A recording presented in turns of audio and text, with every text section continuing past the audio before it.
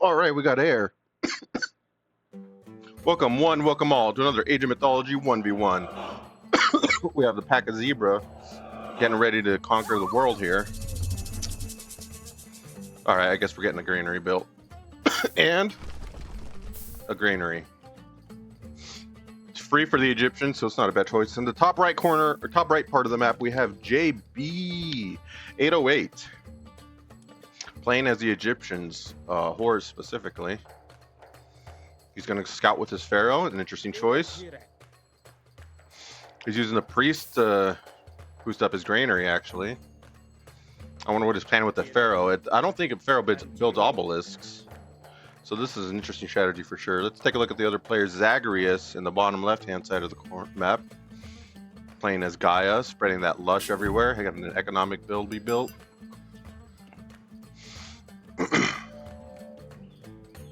A forest surrounding a tower. That's a good placement.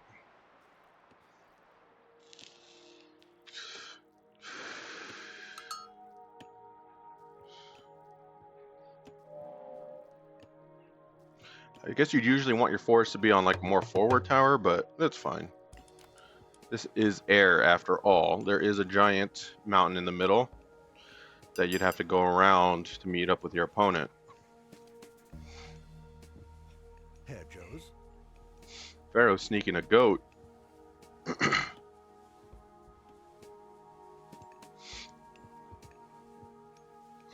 Pharaoh getting a bunch of goats. Elephant noises from the goat. That's weird. I think it was just an ambient sound. Anyways, let's take a look at some of the relic we're waiting in the early game. We have at the top left by blue a relic that I can't hover over. Walls regenerate hit points. It's okay relic. Kind of bad. Increases tower attack against myth units. That can be useful if you feel like you're going to get raided by a myth unit, which is definitely possible. It's definitely an okay relic, situational for sure. Improves hero speed, pretty good relic. Anybody could pick that relic up. Increases your hero's movement speed to 5%. I saw a player build shit ton of Hersers after getting that relic, and they just flew across the map, man. It was crazy.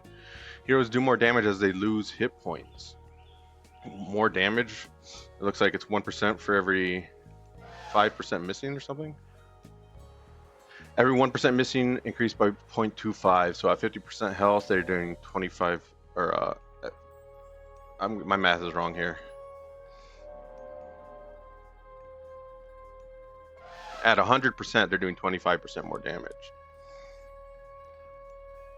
So the closer you get to 100, closer you get to 25%. So about halfway through, it's like 12.5%, right?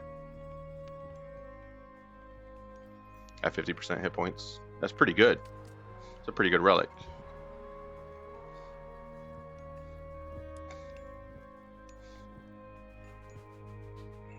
Making your heroes live longer means they'll have more of a chance of surviving. Or attack more.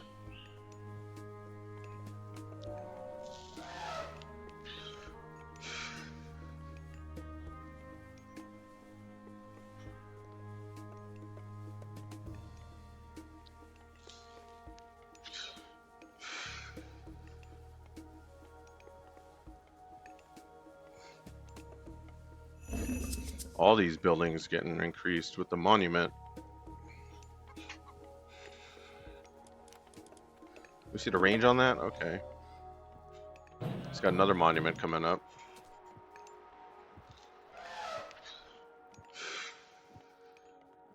Blue's starting off with some house walls.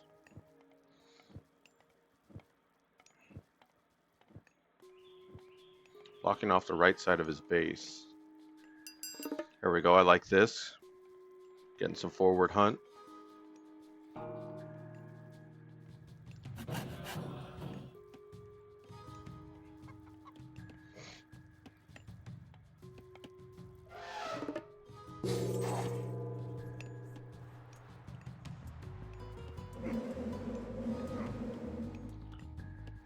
Oracle walking into the middle of Blue's base.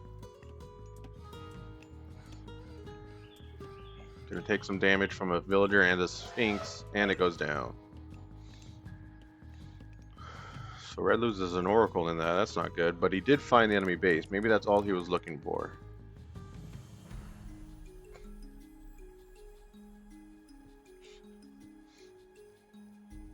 He probably didn't mean to, actually, judging by what this vision path looks like.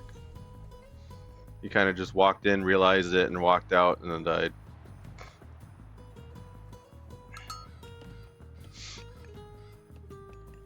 Two Gaia forests protecting the back wall, or acting as back walls, on the left side.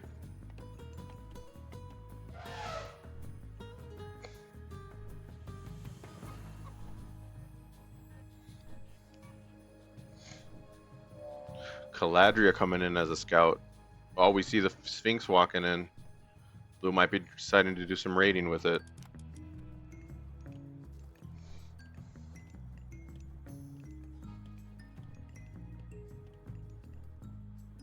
We got a Sphinx on this Oracle as well. I see, he's attacking from both sides. Sphinx coming in. Catches some villagers maybe. Ooh, didn't quite see him. Oracle goes down. He spots the villagers now. Oh, but it's too late. Red knows. I don't think he'll be able to take out that villager. Well, if he idles there, he will.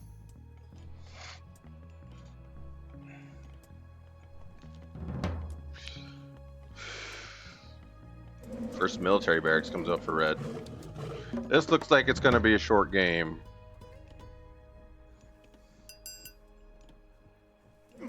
Red hasn't built any military yet. Blue's doing a good job of keeping red in his base. Looks like it's what he's trying to do with these Sphinx, at least. Skopos.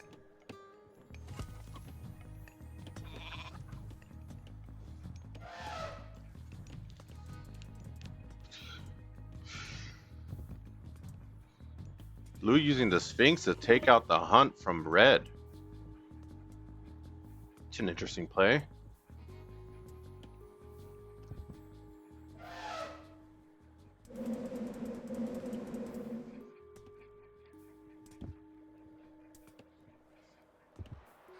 Making the food decay faster. Well, at the same rate, but he's starting to decay on it. That's a messed up play. Might as well go for the lions too. They hold food.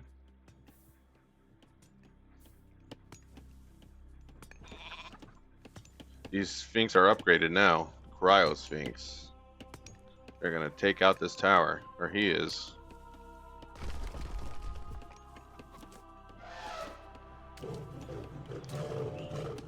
Blue needs to micro this unit away. Red finally coming out with a Murmillo and heroizes it.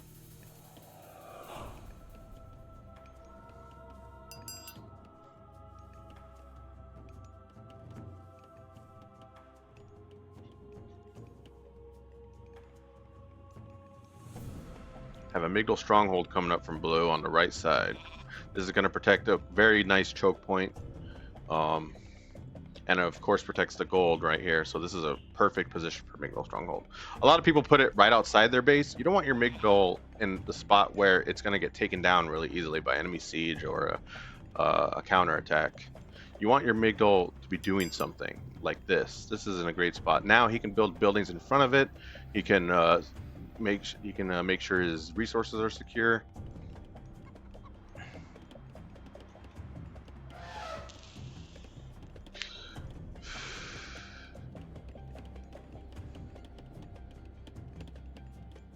Blue jumps onto lumber really quickly. What's he using the lumber for, though? Is he going to build archers?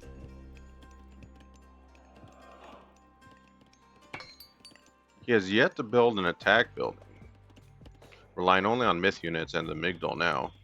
So he's creating chariot archers. I see Blue's strategy. He wants a quality army, you know? He wants big units that do something. None of this small army stuff. But does he micro the chariot archers? Because that's the only way that they're good. Otherwise, they just die or get countered really easily. Got Hero Murmillo, so the chariot archer is going to be great against this.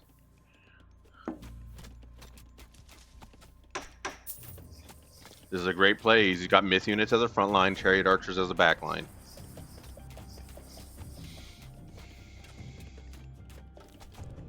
Is he going to try to come in and do some damage? Maybe. He's going to get attacked by the down center, that's for sure. I don't know if it's worth it to take out an economic guild, but... Now the sieges and the scarabs.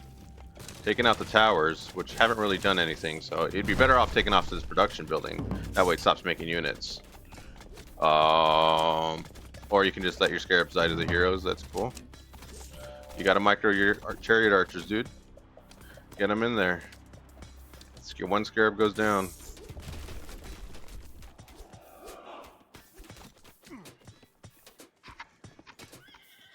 Well, it was a great attack. Now he's got half the siege damage that he has before. Let's see if it's still worth it. Come on, go in on the building. Go take out the barracks, man.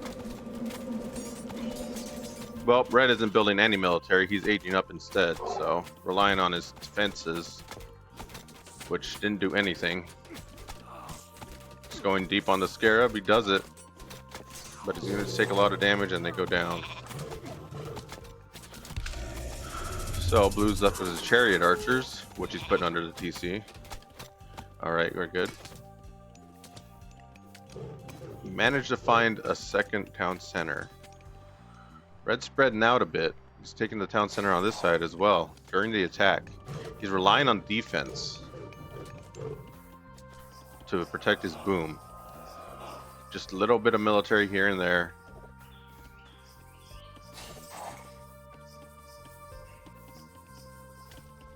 It's interesting.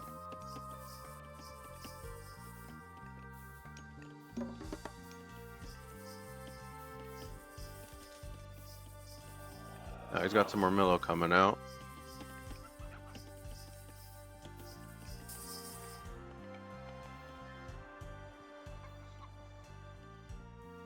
We're taking the gold, finally building farms.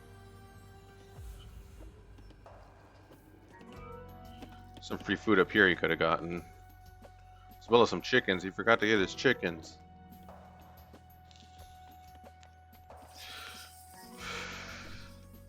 Red doesn't care.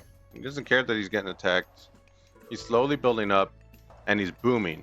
Blue, if we can notice, has not built a second town center. So he's not going to boom as fast as Red. Red's really literally got triple his boom capabilities right now, and it's already reflecting. He's got 64 villagers, Blue has 38. That's a huge difference. It's almost double. So Red doesn't even care. He's going to rely on quantity soon. At first he relied on his defenses, and they seem to have held up against small raids. Problem is Blue's only building chariot archers.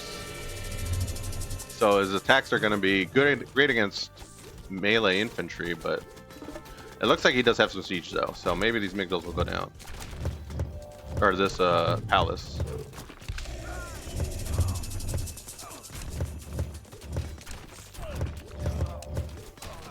Blue focusing everything on the palace to take it down.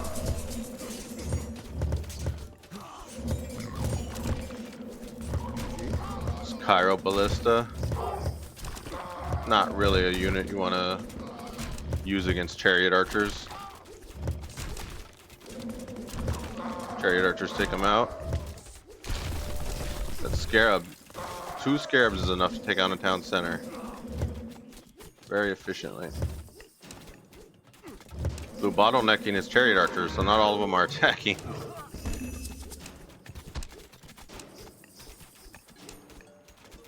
Focus up, Blue. Your units are scattering.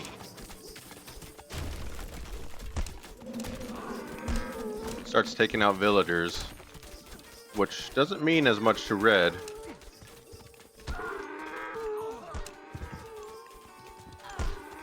Found a gold mine down there.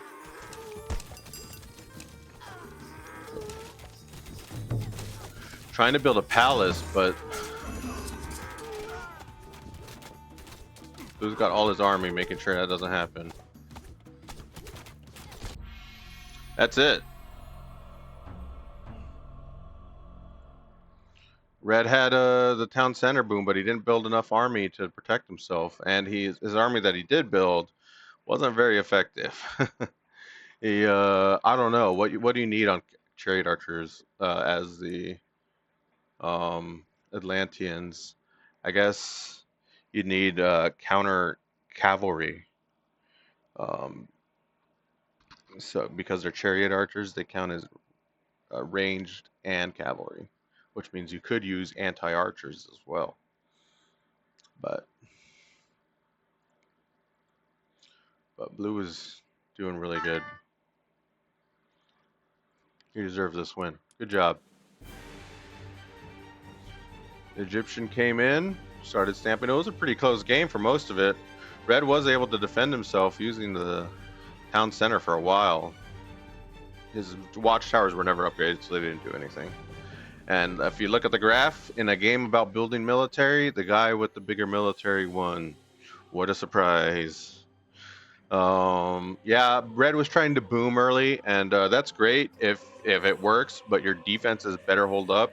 And it looked like once Red was losing his second town center, it was just too much. Blue built enough military and siege. Don't forget the scarabs. The scarabs were really important in that fight. They were taking out the buildings. It wasn't his chariot archers, that's for sure. So that's all they needed to push into the enemy's defenses and take out the town center and then move on. That's how these games go. GG's. All right, if you want to leave a like and subscribe, you can. You can leave a comment for provide some feedback. That'd be excellent. And above all else, remember to have a good day.